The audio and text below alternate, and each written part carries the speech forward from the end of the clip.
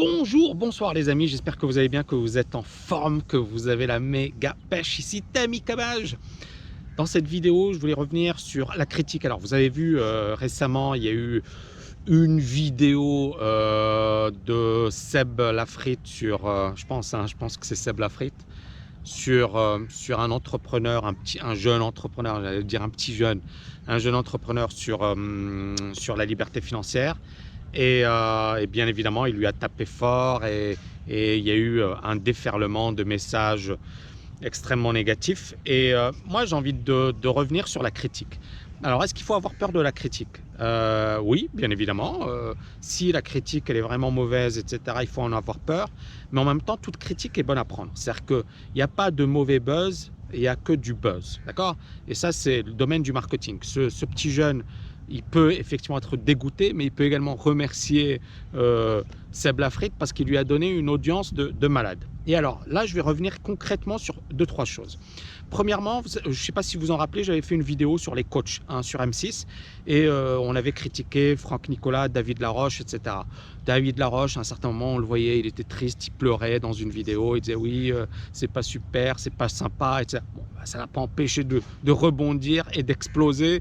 Et surtout, ça lui a fait une pub de malade, ça lui a fait une pub. Franck Nicolas, il a dit oui, c'est pas sympa, nanani nanana, mais derrière, boum, ça a explosé et ça lui a fait une pub de malade. C'est-à-dire que, en fait, ils ont été critiqués, certes, mais derrière, la pub, elle est dingue. La pub, elle est incroyable. Et c'est pour ça qu'en fait, si on est droit dans ses bottes et si on fait des bonnes choses, au contraire, la critique, c'est bien. Ça nous apporte de la publicité, ça nous fait de la publicité et ça nous fait avancer. Et puis, parfois, on peut également tirer des leçons par rapport à la critique. Je vais vous donner un autre exemple. Alors bien évidemment, je sais qu'il y a beaucoup de personnes qui ne seront pas d'accord avec moi, des personnes qui seront d'accord avec moi, mais c'est pas grave. Le plus important, encore une fois, c'est je vous amène mon point de vue. Récemment, Laurent Wauquiez, alors là, c'est champion du monde, le gars. Le gars, il donne une conférence à l'EM Lyon. Et dans cette conférence, l'EM Lyon, pour ceux qui ne la connaissent pas, c'est l'une des meilleures écoles de commerce en France. Je pense qu'elle est dans le top 5, top 4, d'accord? C'est une très très bonne école de commerce. Et donc, il convie des jeunes étudiants, il leur dit, voilà, il les sélectionne. Je pense sur lettre de motivation, c'est une trentaine d'étudiants, encore une fois si ma mémoire est bonne. Et donc il leur dit voilà, je vais vous parler de politique mais sans bullshit. C'est-à-dire, c'est pas les conneries que je donne sur les plateaux télé, je vais vous parler vraiment de politique. Et donc il vient, il massacre Sarkozy, il dit voilà, Sarkozy il était parano, il faisait surveiller tous les téléphones de ses ministres. Il parlait de Juppé, il disait non mais Juppé c'est n'importe quoi, il gère super mal sa ville. Il parle de Valérie Pécresse, il dit non mais elle raconte que des conneries celle-là. Il parle de Darmanin, il dit c'est pire que Cahuzac. Non, le gars, en fait on se dit mais il le fait exprès ou il a cherché la merde, parce que là c'est trop. Donc normalement on est bien d'accord qu'un gars qui se prend une vidéo comme ça, pendant 4 journées on parle que de lui, il est mort politiquement. Normalement, il est mort politiquement. Qu'est-ce qu'il fait le gars? Moi j'ai vu son interview, alors j'ai vu une partie, j'ai pas tout vu, sur BFM. Et alors il vient, il retourne la situation en sa faveur.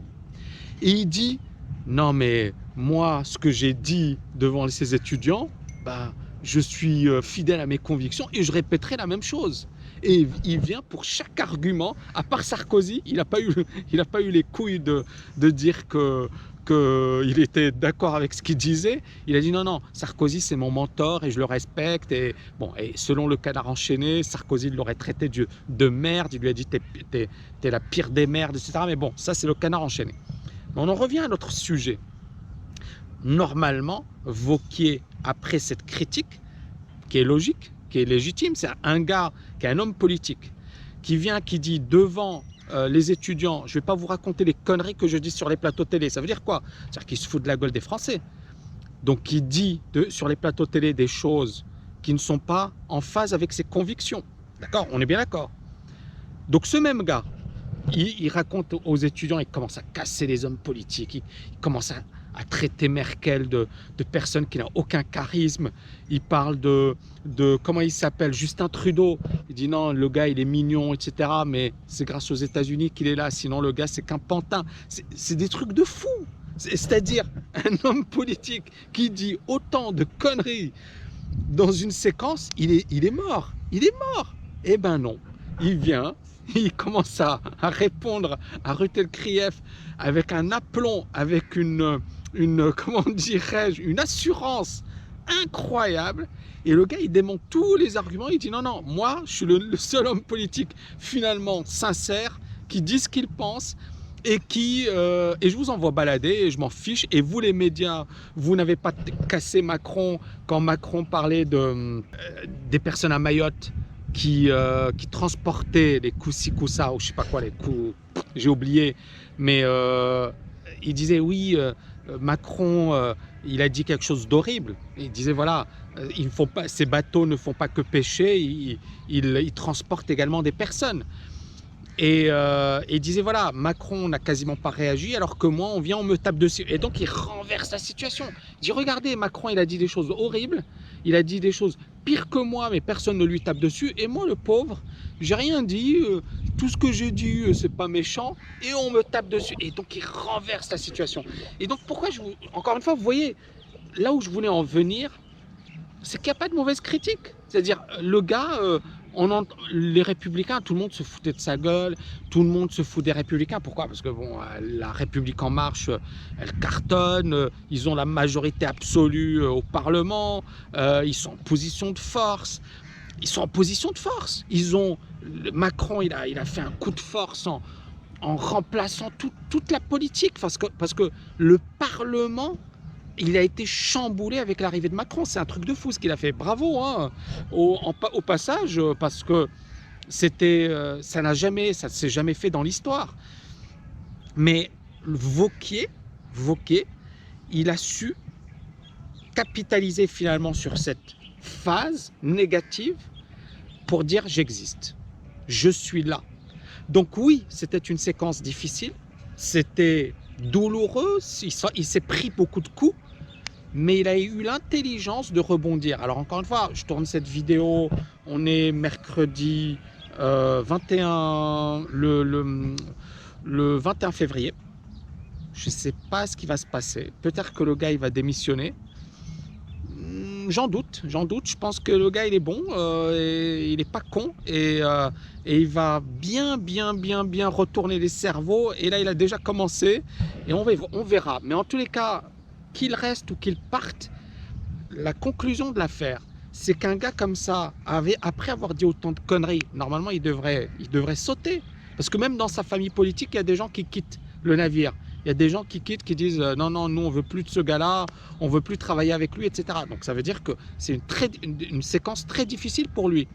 Mais la manière dont il a répondu et la manière dont il a rebondi, elle est exceptionnelle. Et donc moi je me dis, le gars il n'est pas mauvais, Donc il a su utiliser cette critique pour être sur le devant de la scène. Et puis il a retourné cette critique de manière favorable. Et ça nous rappelle qui? Ça nous rappelle Trump. Tout le monde disait de lui, c'est un fou, le gars il est idiot, le gars il est stupide. Mais est-ce qu'il était vraiment stupide?